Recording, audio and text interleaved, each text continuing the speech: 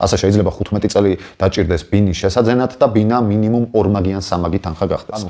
ფასი ყოველთვის არ არის ის ფაქტორი, რომელიც შეძენის გადაწყვეტილებას უნდა. არ არის კარგი, როდესაც თვეში იხდი მინიმალურ გადასახადებს. ეს არ არის კარგი, იმიტომ რომ ის კორპუსები სადაც იაფად გაიყიდა კვადრატული მეტრი, რამ მდგომარეობაშია თუნდაც 2 წლის შემდეგ გამარჯობა, მე გიორგი ვარ, მაქვს მრავალწლიანი გამოცდილება დეველოპერულ სფეროში გაყიდვების მიმართულებით და არა მარტო. YouTube არხი დავიწყე იმისათვის, რომ ადამიანისთვის გავხადო უფრო მარტივი გადაწყვეტილების მიღების პროცესი ბინის შერჩევისას თბილისში. იქიდან გამომდინარე, რომ დღესდღეობით გვაქვს ძალიან ბევრი ვარიანტი, უფრო და უფრო რთულდება გავაკეთოთ არჩევანის სწორზე. ვისაუბრებ რამოდენიმე მთავარ თემებზე, რაც ამდენი წლის განმავლობაში დაგროვდა და ხშირია ადამიანებისგან შემდეგი კითხვები ხოლმე და кейსები. ამ შემთხვევაში ყველაზე ხშირად ადამიანები უშვებენ ერთ შეცდომას, რომელიც რეალურად არის ფასით გაბრუება, ფასით მოხიბლვა. რას ნიშნავს ეს?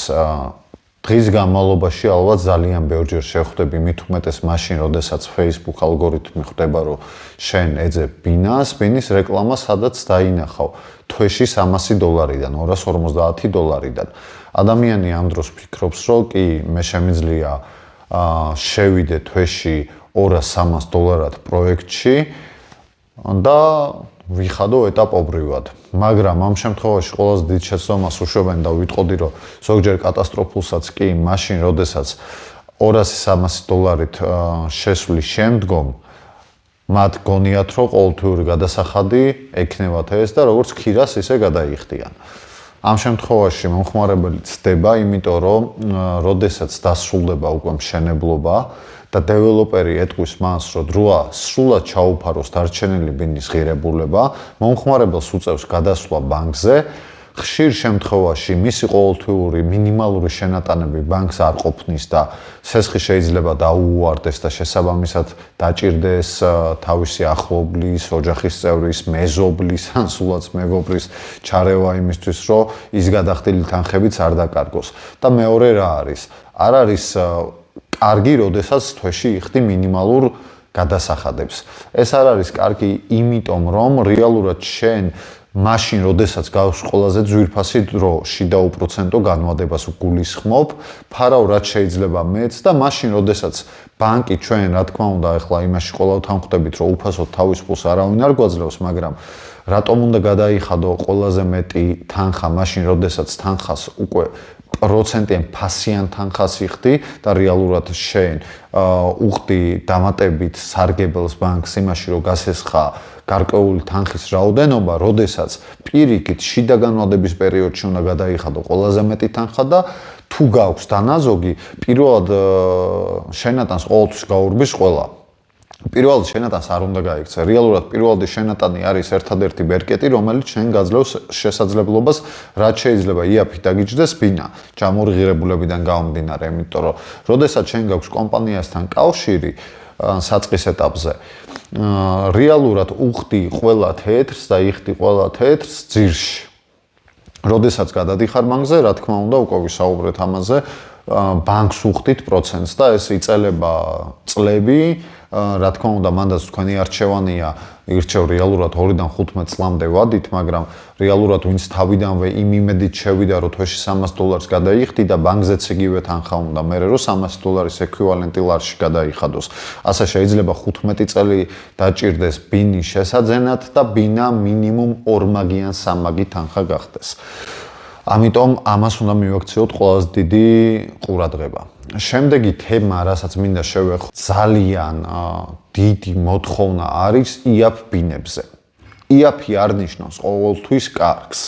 პირიქით, თვითონ სიტყვავე გეუბნება, რომ იაფი რაღაც დონეს ვერ აკმაყოფილებს.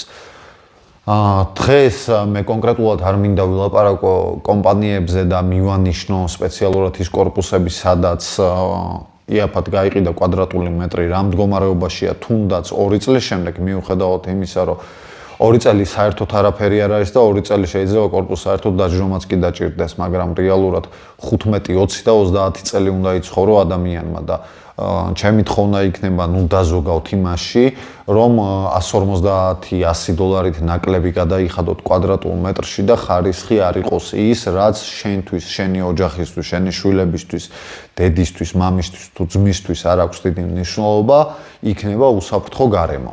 ანუ ფასი ყოველთვის არ არის ის ფაქტორი, რომელიც შეძენის გადაწყვეტილებას უნდა წყვეტდეს.